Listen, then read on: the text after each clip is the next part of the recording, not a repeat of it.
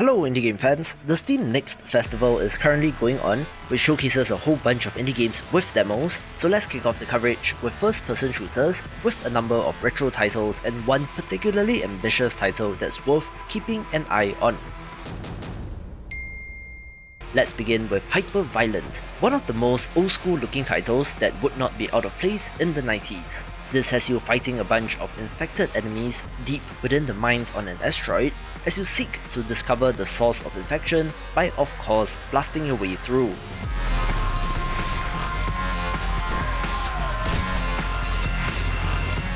Very interestingly, the footage kicks off with a left-handed preference for the guns, but it does also show the ability to dual-wield weapons, including melee options as well. Additionally, there are also 6 degrees of freedom shooter segments where you're piloting some sort of vehicle, as well as multiplayer support for up to 30 players, all wrapped up with one of the best retro aesthetics that I have seen.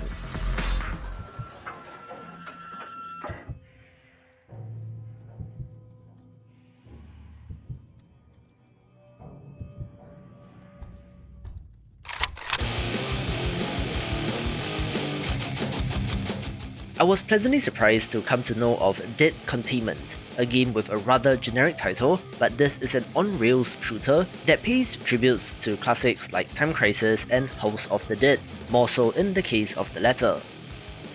We don't get many of these types of games anymore, primarily because arcades are not as big as they used to be, and even in the case of this game, while there is light gun controller support, I doubt that many people have such a controller in their homes, which is 90% of the fun. Still, great to see another one of these, and I hope it does well, although it does use that asset pack which everyone seems to be using.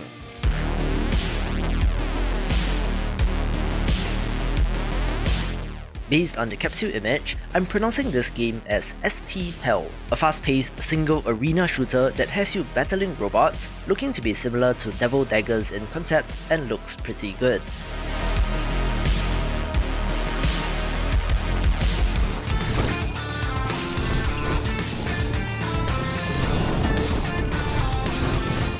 Another retro entry is ARKOS, one that, from the design of the weapon in the opening seconds of this trailer, definitely looks to be paying tribute to Hexen and Heretic rather than Doom, as is the case with many other retro first-person shooters.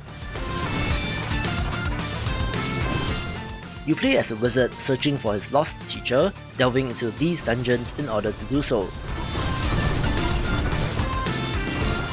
It has the modern sheen of voxels, which are supposed to be fully destructible, but is structured in an old-school manner, with 5 episodes and a boss fight in each, looking pretty good, but the footage shown off does appear to be a little blurry.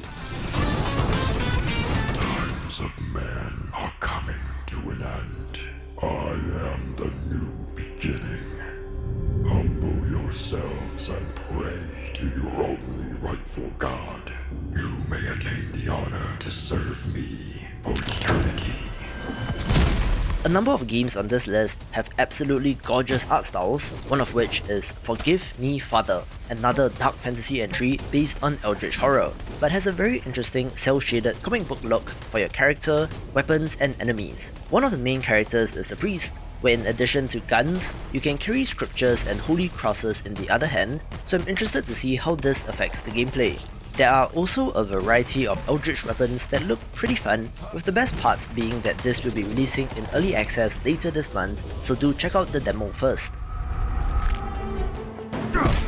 A very special mention goes to the gangster-themed Fallen Aces, a gritty crime noir saga filled with Tommy guns, mobsters, violence, and offers that you cannot refuse. The setting has to be the most interesting part, with period-appropriate weaponry, where in line with genre staples, things are often not as clean and clear-cut, with you having to use your fists and knives in certain cases. The developer also talked about stealth and loud approaches and non-linear level design, making this have potential, and a little birdie told me that this may be out sooner than you think.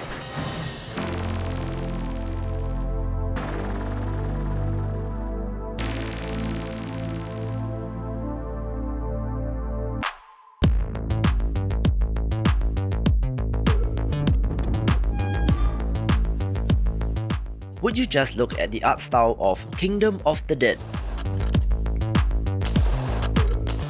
I think that this is one of the most impressive looking titles, which, despite primarily being in black, white and red, does have a certain sense of style to it.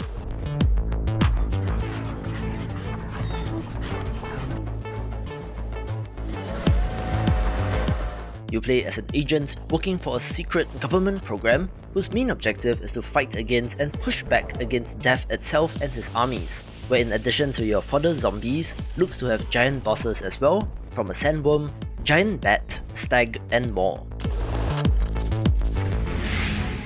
In the distant future, as the omnipotent PTC Corporation reigns on Earth, last freedom seekers embark on deep space terraforming missions. An engineer arrives on Methuselah, her new frontier, a planet 12,000 light-years away from PTC's clutches. But as an anomaly destabilizes the Methuselah's fluxgate, a monstrous horde pours in. Massacre ensues. Our heroine is scared and outnumbered, but she is not outgunned. If you talk about old school, you cannot get much better than Supplies, one that draws upon, I quote, the legendary Doom modding community and the mid-90s FPS glory days, unquote, where everything about this looks on point. I love the weapons, enemies, environments and even glimpses of the level design looking just like the classics, which gives it a great look. It's a classic story of humanity messing with nature, trying to harness the power of the sun to open trans-dimensional portals where something has gone horribly wrong and a swarm of anomalies and horrors have descended on the facility, so you need to take revenge and fight your way out. The action looks pretty awesome, so I cannot wait for this. Disciples of Warlock. With their guns. A no-brainer pick that has been covered on this channel before is Project Warlock 2, the sequel to one of the best indie first-person shooters, looking to improve upon every aspect of the original. Ready for plenty of hurt. Ready to cleanse the world, invaded by demons. I've mentioned this game a number of times, but what you need to know right now is that the demo has been updated for the festival, making it worth playing again. Introducing Band of Warlocks. Because this time, one man is not enough.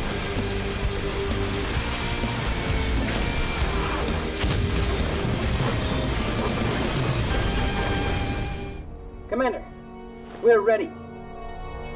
We will resist till the end. We will defend our nation. We will fight for the homes of our people. We will engage those who wish us harm. We will battle on solid ground and among the stars. We will confront them on the mountains of Io. We will repel them in the craters of Eris. We will never capitulate. And even if the bulk of this star system were conquered and in ruins, we will persevere until our fledgling nation grows into its full might and peace is returned to humanity and its allies. I am so very impressed with the look and ambition of Earth from Another Sun, an open-world first-person shooter that has you exploring and building a galaxy-spanning empire. It's a sandbox experience where you're free to explore wherever you want, using military might to crush your opponents, control intergalactic trade, execute diplomacy, or even to run a criminal empire. There's supposed to be a massive single-player campaign in this game, although their developers have not revealed much about the main story beats. But the feature that got my attention is massive battles that support up to 1,000 units. The first-person shooter action looks great, where reductively, it looks like No Man's Sky mixed with Borderlands and Fallout, or perhaps Starfield-like in nature, making this a title of interest, taking the #1 spot. For more shooty bang bang fun, watch these videos and I will see you after the jump.